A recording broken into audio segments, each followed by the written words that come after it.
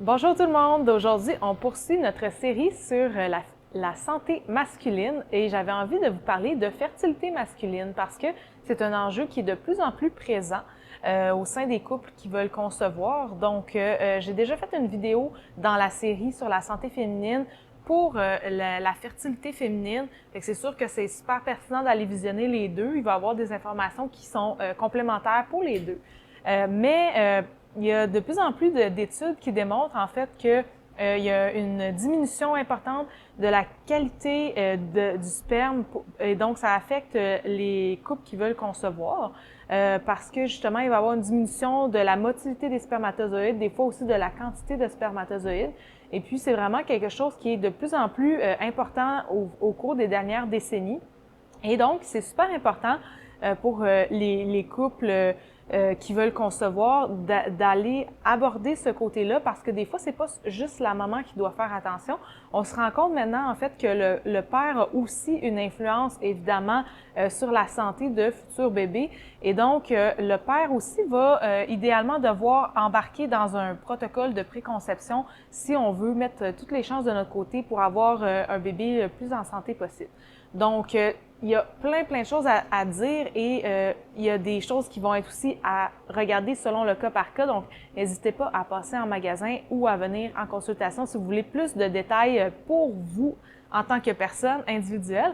Mais voici les grandes lignes. Donc, premièrement, c'est super important de regarder au niveau de l'alimentation, d'avoir une alimentation le plus nourrissante possible et la plus riche en antioxydants. Pourquoi? Parce que justement, on se rend compte que la diminution de la qualité des spermatozoïdes, c'est beaucoup relié au stress oxydatif, que j'en avais parlé aussi au niveau de la fertilité féminine.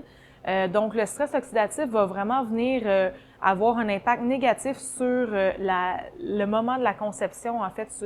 Donc, c'est super important d'avoir le plus possible d'antioxydants, donc une assiette colorée, limiter les aliments qui sont frits, qui sont cuits à haute température. Puis ça va avoir des impacts bénéfiques sur toutes sortes d'autres systèmes dans l'organisme, pas juste le système reproducteur. Essayer de limiter le plus possible aussi la malbouffe, le sucre, diminuer ou même arrêter la consommation d'alcool le plus possible parce que l'alcool a vraiment un impact sur le système reproducteur en général. Il agit comme un perturbateur endocrinien et il va venir aussi affecter tout le côté fertilité. Et puis, en parlant de perturbateurs endocriniens, ça c'est un autre facteur majeur au niveau environnemental parce qu'il y a beaucoup de molécules qui vont imiter l'action des estrogènes. On les appelle les xénoestrogènes. Il y en a qu'on retrouve ça dans les plastiques et dans toutes sortes de polluants environnementaux. Puis ça peut être aussi dans les matériel qu'on utilise pour cuisiner, la bouteille d'eau qu'on transporte avec soi, toutes sortes de choses comme ça. Vous pouvez avoir une liste détaillée là, sur Internet des perturbateurs endocriniens. Pourquoi je parle de ça? C'est parce que chez les hommes, ces pseudo-hormones synthétiques vont aller compétitionner avec, entre autres, la testostérone, ce qui fait qu'il peut y avoir des hommes qui vont développer des traits plus féminins, puis ils vont avoir de la difficulté à justement avoir une quantité suffisante de spermatozoïdes qui vont être produits. Donc ça va vraiment impacter la fertilité à long terme. Fait que si on peut limiter le plus possible les perturbateurs endocriniens dans l'environnement, ça peut avoir un impact vraiment positif là, sur la fertilité masculine. Puis après ça, il y a tout le côté aussi de nutrition, comme entre autres, on peut aller chercher avec des suppléments plus ciblés. Le zinc est vraiment reconnu pour son impact positif parce que les hommes ont un besoin plus important de zinc que la femme pour produire le sperme, qui est très riche en zinc.